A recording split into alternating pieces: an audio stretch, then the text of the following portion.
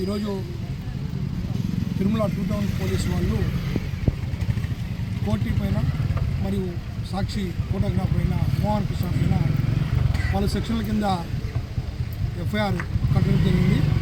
అందులో భాగంగా తిరుమల 2 టౌన్ వాళ్ళు పెట్టిన అలిగేషన్స్ సెక్షన్ ఆఫ్ లా అంటే 298, 299, 302, 356 క్లాస్ 1, 160,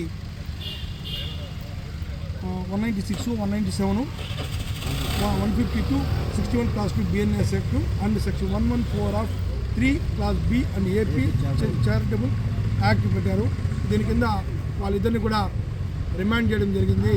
ఆ రిమాండ్ రిపోర్ట్ని గౌరవ న్యాయస్థానం వారు అన్నీ కూడా ఎక్సెప్ట్ 152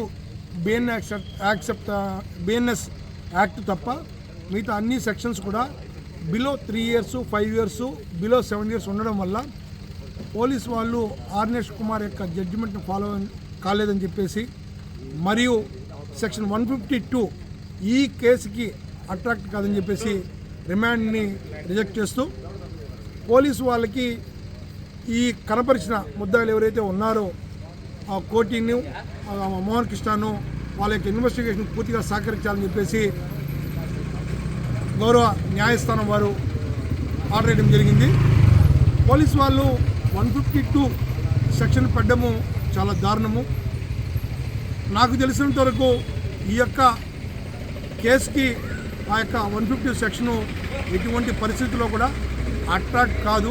అది ఎందుకు పెట్టారో పోలీసు వాళ్ళకే తెలియాలి.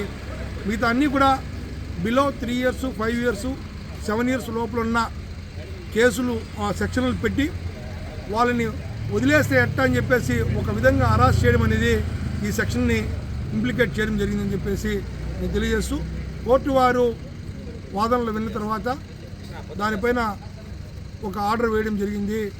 ఈ ఆర్డర్ ప్రకారము పోలీసు వాళ్ళకి నోటీస్ ఇచ్చి పోలీసు వాళ్ళకి ఎవరైతే దీంతో ముద్దాయిలుగా కనపరిచారో కోటిను మోహన్ కృష్ణ ఇద్దరు కూడా వాళ్ళు పిలిచినప్పుడు ఎంక్వైరీకి విచారణకు హాజరు కావాలని చెప్పేసి తెలియజేయడం.